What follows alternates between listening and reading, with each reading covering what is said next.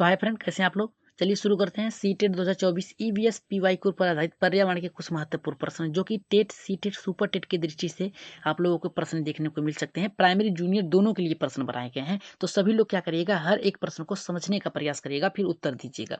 तो चलिए शुरू करते हैं पहले प्रश्न से। लेकिन आगे बढ़ने से पहले बता दें, जो लोग नए हैं, अभी तक हमारे चैनल को सब्सक्राइब नहीं किया, तो परमाज के चैनल को सब्सक्राइब करिए, साथ ही बेल आइकन का बटन दबा लें ताकि लाइव आने पर आप लोगों के पास एक छोटा सा नोटिफिकेशन पहुंच जाए। शेयर भी कर दीजिए अपने अपने ग्रुपों में, ठीक है, शेयर कर दीजिए। चलिए शुरू करते हैं आज की पहले प्रश्न से। आज की क्लास अगर बेहतर लगे तो सब्सक्राइब करके जाइएगा सभी लोग, और शेयर अपने अपने ग्रुपों में एक बार जरूर करिएगा। तो पहला प्रश्न कर रहा है, पर्यावरण शिक्षा की शिक्षण विधि के लिए किस बिंदु पर ध्यान होना चाहिए। तो पहला हमारा देखिए क्या कर रहा है, पहला हमारा कह रहा है कि पर्यावरण शिक्षा के सैद्धांतिक तथा व्यवहारिक पक्षों का होना। दूसरा कह रहा है कि पर्यावरण शिक्षा के अध्यापक की भूमिका होना। तीसरा कह रहा है पर्यावरण शिक्षा के अंत अनुशासकीय आयाम होना। और चौथा कह रहा है कि उपयुक्त सभी। तो राइट आंसर यहाँ पे हमारा किसके साथ जाएगा। देखिए, अगर राइट आंसर की बात किया जाए तो पहले प्रश्न ऑप्शन से देखते हैं, पर्यावरण शिक्षा के सैद्धांतिक तथा व्यवहारिक पक्षों का होना। कह रहा है कि अगर शिक्षा दी जा रही है बालक को तो उसके क्या है, व्यवहार के साथ, मतलब उसके पर्यावरण के साथ गतिविधियों के साथ जोड़कर शिक्षा देनी चाहिए। इस आधार पर ये ऑप्शन आपका सही है। दूसरा कह रहा है पर्यावरण शिक्षा में अध्यापक की भूमिका। किसी भी क्लास को पढ़ाते समय हर एक अध्यापक की भूमिका होती है कि उसके अनुसार बालक पढ़े, यानी जो भी आपको पाठ पढ़ाई जा रही है उसके अनुसार, यानी पर्यावरण शिक्षा के अध्यापक की भूमिका होनी चाहिए। बालक को उसके गतिविधि के साथ जोड़कर पढ़नी चाहिए ताकि बालक सीख सके अच्छे से। तीसरा करा पर्यावरण का शिक्षा के अंत अनुशासकीय आयाम। अनुशासकीय आयाम का मतलब होता है बालक उसमें रुचि ले रहा है या फिर नहीं ले रहा है। अगर रुचि नहीं ले रहा है तो किस प्रकार से सिखाया जाए कि बालक पर्यावरण शिक्षा के अंतर्गत वो कार्य करे या फिर शिक्षा ग्रहण करे। तो इस आधार पे हम कह सकते हैं कि जो इसका राइट आंसर जो जाएगा हमारे यहाँ पे चौथे के साथ जाएगा, एकदम करेक्ट राइट आंसर होगा। आगे बढ़ते हैं यहाँ पे दूसरे प्रश्न पे। दूसरा प्रश्न देख लेते हैं क्या कर रहा है। दूसरा प्रश्न तो और भी बेहतर है। दूसरा प्रश्न हमारा ये कर रहा है, भारत में सबसे बड़ा बाघ आवास कहाँ पाया जाता है। तो राइट आंसर जो होगा, पहला आंध्र प्रदेश, दूसरा कर रहा है गुजरात, तीसरा कर रहा है उत्तर प्रदेश, चौथा कर रहा है कि असम। तो इसका राइट आंसर जल्दी से कमेंट कर दीजिए। देखिए, इसका राइट आंसर जो जाएगा हमारा, इसका आंध्र प्रदेश के साथ जाएगा। अगर दूसरा पूछा जाए तो दूसरा जो होगा हमारा यहाँ पे तेलंगाना होगा। ठीक, तेलंगाना होगा। याद रखिएगा, इसका महत्वपूर्ण एक पहलू है कि नागा अर्जुन सागर श्री सेलम टाइगर रिजर्व भारत का सबसे बड़ा अभ्यारण्य है, जो कि आपका पाया जाता है आंध्र प्रदेश में। याद रखिएगा, कहाँ पाया जाता है, आंध्र प्रदेश में। और अगर इसका क्षेत्रफल की बात किया जाए, इसके क्षेत्रफल की बात किया जाए, इसकी क्षेत्रफल कितना है, तो इसका क्षेत्रफल जो है 1200 किलोमीटर है। याद रखिएगा कितना है, 1200 किलोमीटर स्क्वायर है। इतना याद रखिएगा कि आंध्र प्रदेश में जो बाघ आवास है उसका क्षेत्रफल पूछ दिया जाए तो 1200 किलोमीटर आपका स्क्वायर है। और ये कहाँ पे पाया जाता है, आंध्र प्रदेश में पाया जाता है, भारत का सबसे बड़ा बाघ आवास। और दूसरा कौन सा है, तो दूसरा आपका जाएगा तेलंगाना के साथ जाएगा। तो राइट आंसर जो जाएगा हमारा यहाँ पे पहले के साथ जाएगा। आगे बढ़ते हैं यहाँ पे तीसरे प्रश्न पे। तीसरा प्रश्न देख लेते हैं क्या कह रहा है। तीसरा प्रश्न ये कह रहा है कि एक मार्ग का संबंध किससे है। तो पहला कह रहा है कि उत्पादन से है, दूसरा कह रहा है संसाधन से है, तीसरा कह रहा है गुणवत्ता से है, और चौथा कह रहा है हमारा बाजार से है। तो राइट आंसर यहाँ पे किसके साथ जाएगा, जल्दी से कमेंट कर दीजिए। देखिए, इसका राइट आंसर जो जाएगा हमारे यहाँ पे गुणवत्ता से होगा। ठीक, किसके साथ जाएगा, गुणवत्ता से जाएगा। एक मार्ग किसका सूचकांक है, तो गुणवत्ता का है। याद रखिएगा, ये किसका एक मार्ग जो सूचकांक है, अगर सूचकांक की बात की जाए, सूचकांक की बात किया जाए किसका है, तो ये जाएगा गुणवत्ता के साथ। याद रखिएगा, और ये किसके लिए है, ये किसके लिए बनाया गया है, तो ये बनाया गया है कृषि, याद रखिएगा, किसी उपज के लिए बनाया गया है। किसके लिए बनाया गया है, किसी उपज, उपज के लिए, कृषि उपज के लिए बनाया गया है। प्रमाणित चिन्ह इसका कृषि उपज के लिए है। और ये कब, इसका अधिनियम कब लाया गया था, तो याद रखिएगा, ये अधिनियम लाया गया था आपका, ये अधिनियम लाया गया था 1937 में। तो राइट आंसर जो जाएगा हमारे यहाँ पे तीसरे के साथ जाएगा। आगे बढ़ते हैं यहाँ पे चौथे प्रश्न पे। चौथा प्रश्न देख लेते हैं क्या कह रहा है हमारा।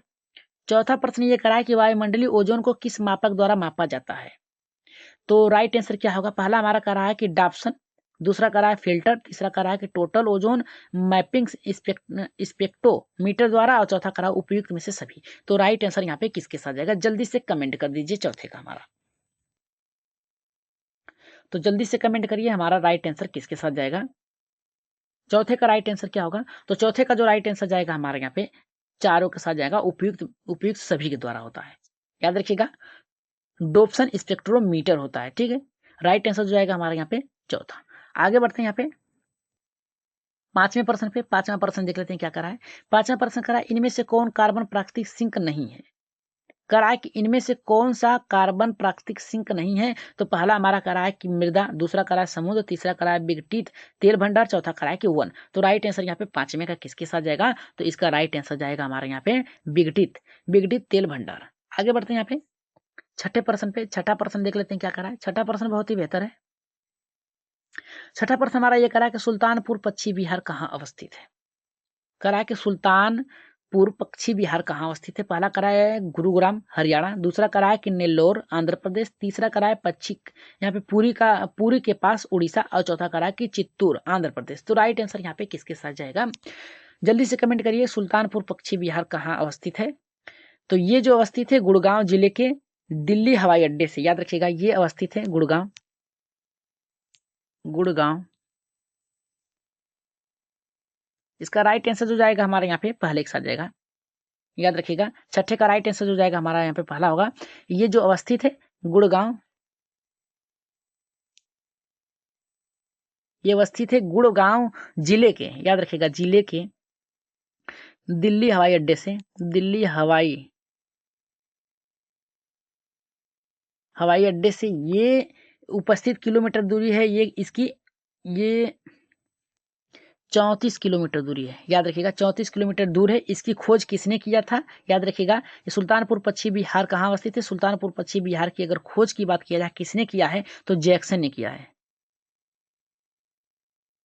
ठीक है। जैक्सन नामित एक पक्षी प्रेमी थे, याद रखिएगा ये पक्षी प्रेमी थे, तो इन्होंने खोज किया था। तो राइट आंसर जो जाएगा हमारे यहाँ पे पहले के साथ जाएगा। आगे बढ़ते हैं यहाँ पे सातवें प्रश्न पे। सातवां प्रश्न हमारा ये करा कि पक्षी के पृथ्वी के अंदर संकलित ऊर्जा को क्या कहते हैं। तो पहला करा है भूतापी, दूसरा करा है परमाणु ऊर्जा, तीसरा करा है कि वायु ऊर्जा, तीसरा करा है चौथा करा है कि विद्युत ऊर्जा। तो राइट आंसर यहाँ पे किसके साथ जाएगा, जल्दी से कमेंट करिए सातवें का। तो सातवें का राइट आंसर जो जाएगा हमारे यहाँ पे पहले के साथ जाएगा। भूतापी ऊर्जा कहा जाता है, भूतापी ऊर्जा कहा जाता है, याद रखिएगा। यह पृथ्वी के अंदर गर्म, याद रखिएगा पृथ्वी के अंदर जो कोर होता है उसके अंदर गर्म चट्टानों से, ठीक है, गर्म चट्टानों के से प्राप्त ऊर्जा जो होती है, प्राप्त ऊर्जा के कारण जो विघटन रेडियो एक्टिव होती है,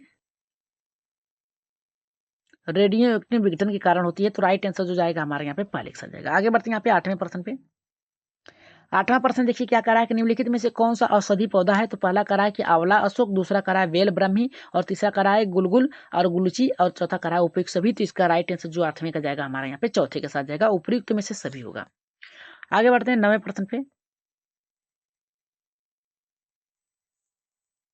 नवा करा कि ग्रीष्म ऋतु में प्रवास करने वाले पक्षी कौन से हैं। पहला करा है एशियाई कोयल, दूसरा करा है कि कुकुस, तीसरा करा है कि कामडक, और चौथा करा है कि उपयुक्त सभी। तो राइट आंसर यहाँ पे हमारा किसके साथ जाएगा, जल्दी से देखिए। ये जो ग्रीष्म ऋतु है इसमें एक और पक्षी यहाँ पे क्या करती है, प्रवास करती है, जिसका नाम है गोल्डन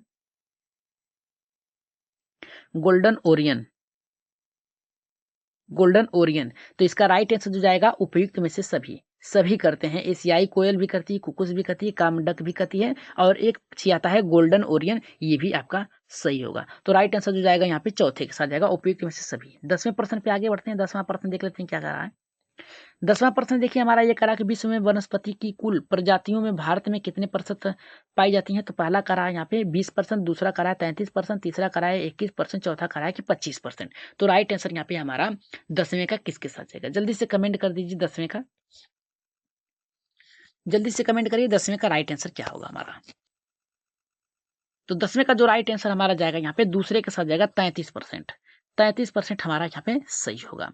देखिए विश्व में वनस्पति की कुल प्रजातियों की भारत में कितने प्रतिशत पाई जाती हैं। तो भारत में लगभग देखिए, अगर भारत में याद रखिएगा पौधों की प्रजातियां अगर पूछे कितने पाई जाती हैं तो 45,000 पाई जाती हैं। 45,000 प्रजातियां पाई जाती हैं। अगर यहाँ पे जीवों की बात किया जाए, पशुओं की बात किया जाए, अगर पशुओं की बात किया जाए कितनी पाई जाती हैं तो पशुओं की संख्या 91,000 है, 91,000 है। तो राइट आंसर जो जाएगा हमारे यहाँ पे किसके साथ जाएगा, यहाँ पे प्रतिशत में पूछा है वनस्पतियों की तो 33%। अगर पौधों की बात किया जाए कि भारत में कितने हजार प्रजातियां पाई जाती हैं तो 45,000 पौधों की पाई जाती हैं। पशुओं की बात किया जाए तो 91,000 यहाँ पे पशुओं की क्या क्या पाई जाती है, प्रजातियां पाई जाती है। तो राइट आंसर जो जाएगा हमारे यहाँ पे 33% के पास जाएगा। आगे बढ़ते हैं यहाँ पे 11वें प्रश्न पे। 11वां प्रश्न देख लेते हैं क्या करा है। 11 का प्रश्न करा, भारत के प्रत्येक नागरिक का कर्तव्य होगा प्राकृतिक पर्यावरण संरक्षण एवं सुधार शामिल। ये तो ऑप्शन आपका सही है, राइट आंसर जाएगा तीसरे के साथ जाएगा, अनुच्छेद 51 के साथ जाएगा। इसके अंतर्गत ये कहा गया है कि जो भारत का नागरिक है वो जंगल, झीलों, नदियों, याद रखिएगा, जंगल, झीलों, नदियों और यहाँ पे बात किया गया है हमारा वन्य जीव सहित प्राकृतिक जीवित प्राणियों के समेत हमें क्या करना है, दया भाव रखना है। राइट आंसर जो जाएगा हमारे यहाँ पे तीसरे के साथ जाएगा। आगे बढ़ते हैं 12वें प्रश्न पे। 12 का प्रश्न करा कि जैव मंडल रिजर्व कौन से आधारभूत कार्य करते हैं। तो पहला करा संरक्षण, दूसरा विकास, तीसरा करा लॉजिस्टिक और चौथा करा है उपयुक्त सभी। तो राइट आंसर यहाँ पे 12वें का किसके साथ जाएगा। तो 12 का जो राइट आंसर जाएगा हमारे यहाँ पे चौथे के साथ जाएगा, ये सभी। आगे बढ़ते हैं 13वें प्रश्न पे। 13वां प्रश्न देख लेते हैं क्या करा है। 13 का प्रश्न करा है कि जिम कॉर्बेट राष्ट्रीय उद्यान को डैश नाम से जाना जाता है। पहला करा है हेली, दूसरा करा है वैली, तीसरा करा है रंभा, चौथा करा है कि तंजौर। तो राइट आंसर यहाँ पे हमारा किसके साथ जाएगा। तो 13 का जो राइट आंसर जाएगा हमारे यहाँ पे पहले के साथ जाएगा, हेली के नाम से जाना जाता है। राइट आंसर जाएगा हमारे यहाँ पे पहले के साथ जाएगा। आगे बढ़ते हैं यहाँ पे 14वें प्रश्न पे। देखते हैं 14 का प्रश्न यहाँ पे क्या करा है।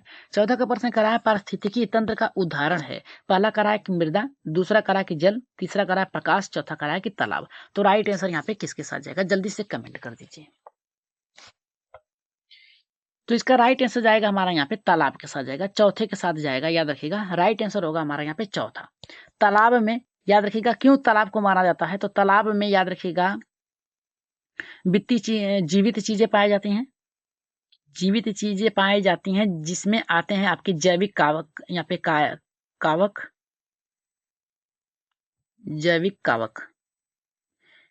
जैविक कावक के साथ इसमें मछली पाई जाते हैं,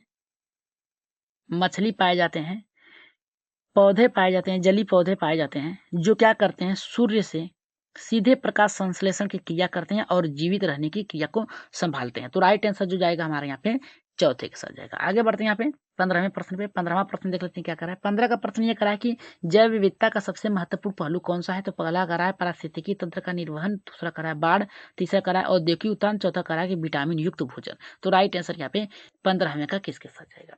तो 15वें का जो राइट आंसर जाएगा हमारे यहाँ पे पहले के साथ जाएगा, पारिस्थितिकी तंत्र का निर्वाह करना। राइट आंसर होगा हमारा। आगे बढ़ते हैं यहाँ पे 16वें प्रश्न पे।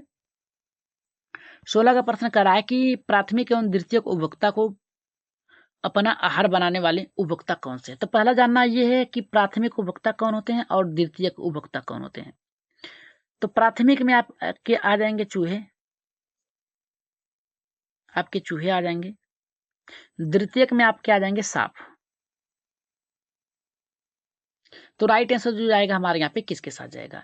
तो ये इन दोनों को अपना आहार बनाने वाला क्या कहलाएगा। तो राइट आंसर यहाँ पे किसके साथ जाएगा, याद रखिएगा तृतीयक उपभोक्ता होगा, जो इन दोनों को खाता हो। तो राइट आंसर जो जाएगा हमारे यहाँ पे दूसरे के साथ जाएगा। तो आज की क्लास आप लोगों को कैसी लगी, एक बार कमेंट बॉक्स में अपना राय सुझाव मत जरूर दीजिएगा। तो आज के लिए इतना ही, धन्यवाद। तो जाते जाते एक बार सब्सक्राइब जरूर करिएगा चैनल को। आप लोगों के सपोर्ट की जरूरत है, तो एक बार सपोर्ट जरूर करिएगा, शेयर भी करिएगा अपने अपने ग्रुपों में, और सब्सक्राइब करना न भूलें।